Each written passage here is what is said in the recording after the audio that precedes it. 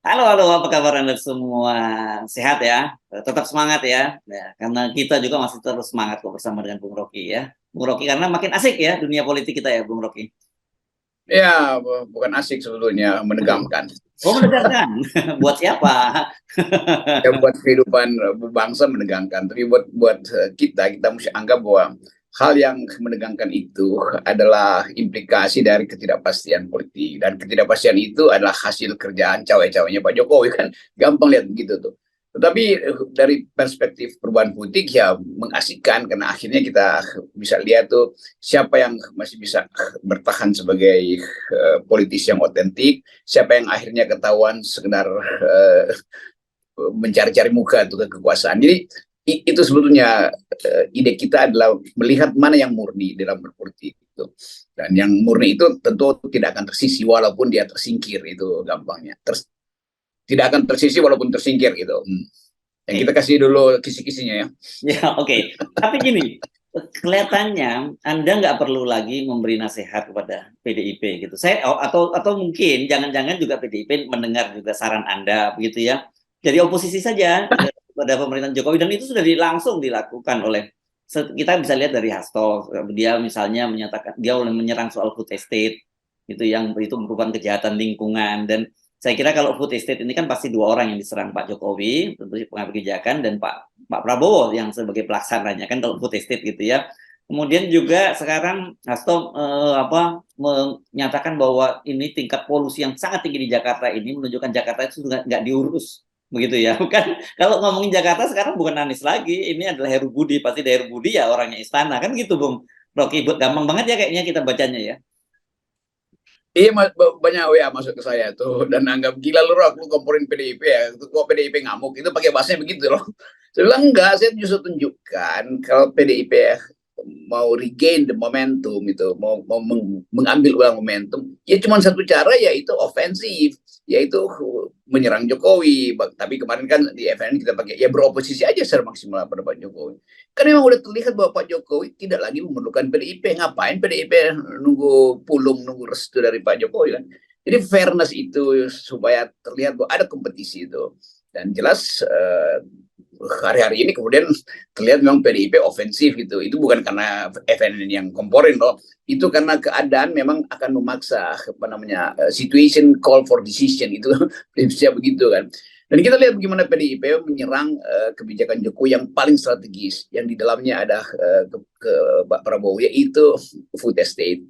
Dan tiba-tiba orang rasa kok PDIP so mengerti environmental ethics ya. Iya, karena ada kepentingan yang tiba-tiba dia temukan, yaitu menggugat legacy-legacy yang tidak ditinggalkan oleh Pak Jokowi. Jadi memang food estate itu berbahaya secara ekologis, tetapi tentu Pak Prabowo punya keterangan. Ya iya, kalau anggarannya nggak cukup ya pasti nggak akan selesai kan.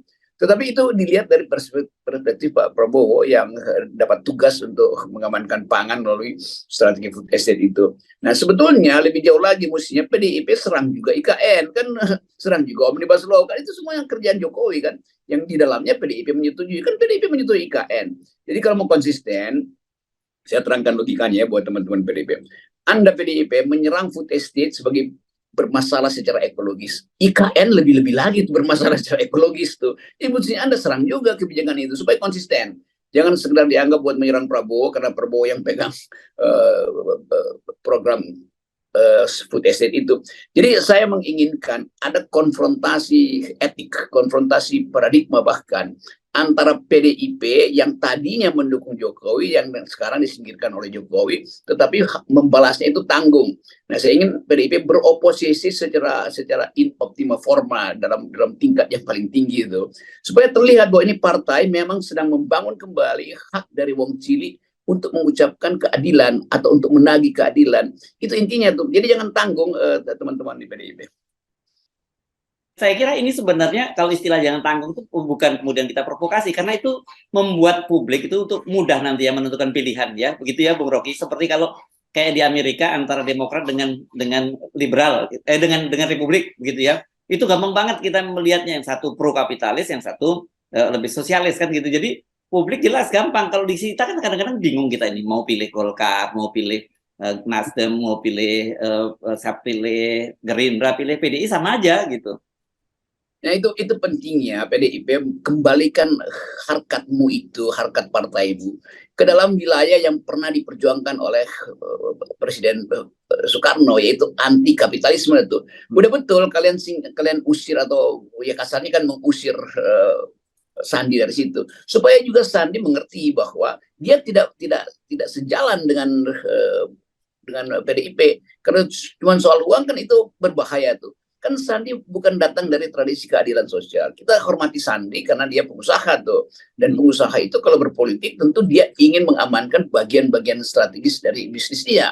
Diucapkan apa tidak kan. Di Amerika ada tradisi kalau seorang pengusaha itu sebelum masuk politik dia taruh hartanya itu di apa namanya blind trust tuh. Satu sistem yang memungkinkan dia tidak bisa akses lagi itu selama dia memerintah kan. Kan di sini nggak ada kan. Justru orang PDIP itu menginginkan Sandi karena Sandi uangnya banyak, bukan karena pikirannya setara atau sejajar dengan Soekarno. Itu dasarnya tuh. Jadi kita mau lihat konfrontasi itu tuh. PDIP sebaiknya berkonfrontasi secara ideologis. Nah itu yang kita mendorong tuh. Jadi kita bukan memprovokasi, kita hanya mengingatkan bahwa PDIP harusnya konsisten dari awal tuh, buat dia pro Wong Cile itu. Nah itu yang akan kita jadikan sebagai dasar untuk membela PDIP supaya dia menghidupkan kembali prinsip-prinsip marxisme. Jadi jangan tanggung tuh teman-teman yang di situ tuh. Uraikan secara sempurna bahwa PDIP punya momentum justru dalam keadaan sekarang ini ketika Indonesia dijebakkan dalam dua ideologi, mau jadi sosialistis atau mau jadi kapitalistis. Pancasila itu tidak mungkin kapitalistis tuh. Itu intinya tuh. Saya punya kecenderungan untuk membela kepentingan individu dalam rangka kebebasan berpikir, bukan kepentingan individu dalam rangka mengakumulasi kapital. Kan ideologi ini dulu saya ajarkan di sekolah PDIP tuh, sehingga mereka terusnya mengerti bahwa pernah ada pengetahuan yang saya terangkan di sekolah Megawati Institute itu untuk membuat PDIP itu kukuh di dalam paradigmanya tuh. Itu aja. Jadi poin-poin semacam ini kan orang mau lihat. Milenial juga kan lihat. Ini PDIP kanan, kiri, apa tengah atau nggak jelas kan. Jadi kalau misalnya ada teman-teman di yang mengolah lingkungan anak-anak muda itu namanya extreme extinction itu. Jadi mereka menuntut PDIP ini apa poinnya dalam soal lingkungan tuh. Kalau mau terang-terangan anti kapitalisme juga dia mesti pro lingkungan, dan lingkungan itu terletak di dalam kebijakan awal Pak Jokowi, yaitu membangun IKN. Jadi saya menunggu lagi, udah bagus PDIP menghajar food estate, sekarang itu tunggu dia mau nggak menghajar IKN, mau nggak dia membatalkan Omnibus Law yang menjadi dasar argumen saya kenapa kemudian saya dipersekusi oleh PDIP kan itu intinya kan. Omnibus Law itu adalah kejahatan lingkungan juga, karena dia mengakibatkan buruh itu terpaksa karena upahnya kurang, dia mesti merusak hutan, ambil hutan. Mak-mak di sekitar Gunung Sumbing itu sekarang itu harus merambah hutan karena daya belinya turun. Itu kan akibat dari Omnibus Law kan.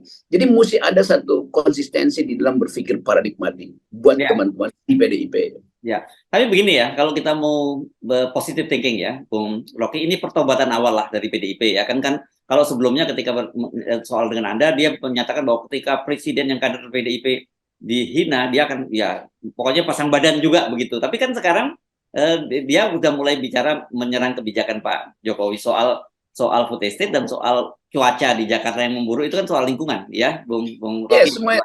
Ya. Ingin mengagetkan saya kok PDIP bicara soal lingkungan tuh, hal yang justru saya ucapkan tiap hari di FNN. Kenapa mereka musuh saya, kan ngaco itu namanya. Jadi ya PDIP semoga dia pulih pikirannya bahwa yang bermasalah itu kebijakan Jokowi yang saya kritik. Sekarang mereka kritik juga Jokowi kan. Lalu kenapa dia musuhin saya kan? The enemy of your enemy is your friend. Begitu. Ini kan jadi nggak masuk akal. Jadi udahlah, itu yang masih berupaya persekusi saya bilang, nah sekarang kalian juga musuhin Jokowi kan, apa bedanya dengan saya? Bedanya saya mengkritik secara publik, kalian hanya menyinggung-nyinggung kecil, padahal kita satu paket teman-teman PDIP dalam urusan lingkungan. Saya nggak akan mundur satu senti pun tuh, bahwa saya membela hak masyarakat adat Dayak untuk tetap punya hutan yang suci, hutan yang dilindungi oleh alam, hutan yang mereka sebutkan sebagai rumah bagi mereka, atau yang diacak-acak oleh kebijakan Pak Jokowi. Kan itu kritik saya kan. Jadi saya mengkritik kebijakan Pak Jokowi di bidang lingkungan. Nah, sekarang PDIP ikut di belakang saya tuh. Jadi udah ya, jangan musuhin saya lagi ya. Ya, peace ya. Peace. Oke, dan soal Dayak ternyata juga belakangan ini banyak sekali tuh komunitas Dayak yang sudah mulai yang juga menyebut diri Panglima juga mulai support Anda begitu ya, Bung Rocky. Jadi saya kira nggak perlu juga itu teman-teman Dayak yang lain kemudian tiba-tiba dipolitisasi kemudian memusuhi Anda gitu ya. Iya, saya sudah terangkan berkali-kali. Beberapa kali saya datang ke Kalimantan, diundang oleh masyarakat adat untuk bicara. Saya tetap kasih kritik tuh. Bahkan saya dapat mandau itu sebagai tanda cindramata buat saya tuh. Jadi teman-teman kita yang ada di Dayak itu juga punya hak untuk mempersoalkan bahwa kebijakan Pak Jokowi itu gagal. Kebijakan Jokowi tentang food estate di Kalimantan juga gagal. Tentang IKN juga masih gagal tuh. Jadi perhatikan betul bahwa saya memberi kritik untuk kepentingan negeri ini itu bukan karena kata orang PDIP siapa namanya itu disuruh asing tuh. Jadi ini ajaib nih, siapa namanya itu, dia bilang BNI siapa itu, Rocky Gerung disuruh oleh Amerika untuk memusuhi Indonesia itu. Loh, saya pro buruh, bagaimana mungkin Amerika yang liberal itu pro buruh kan, itu kan ngaco. Kalau dia bilang saya disuruh Rusia atau disuruh Cina masih mungkin gitu. Kan ini otaknya itu, jadi nggak mungkin kita percaya pada orang yang kemampuan berpikirnya terbatas, itu intinya. Jadi semua hal yang diarahkan ke saya itu sekarang berbalik jadinya kan. Jadi bagian-bagian ini yang di awal waktu saya kasih konferensi saya bilang saya akan tetap dalam posisi itu untuk mengajari elit-elit politik ini cara berpikir lurus. Yes, oke. Nah, balik lagi ke soal PDIP dan Pak Jokowi ya. Setelah kebijakan ini ada langkah politik yang saya kira tidak bisa ditafsirkan lain yang sudah mulai mengambil jarak lah PDIP dengan Pak Jokowi. Kemarin ada pertemuan kepala-kepala daerah yang kan PDIP menjadi kepala daerah di Semarang gitu. Gibran tidak diundang dan Gibran mungkin secara bercanda bilang yang ingusan ini kelihatannya yang diundang cuma senior-senior, yang ingusan nggak diundang. Dan kosakata ingusan ini kan diucapkan oleh politisi senior PDIP, Pandana Baban. Jadi keretakan itu berlangsung dan nggak biarin aja PDIP harusnya terima bahwa ada perintah sejarah atau ada keajaiban sejarah atau ada rumus-rumus sejarah yang sudah bekerja pada PDIP supaya PDIP reconcile, menemukan kembali, regain power dia itu.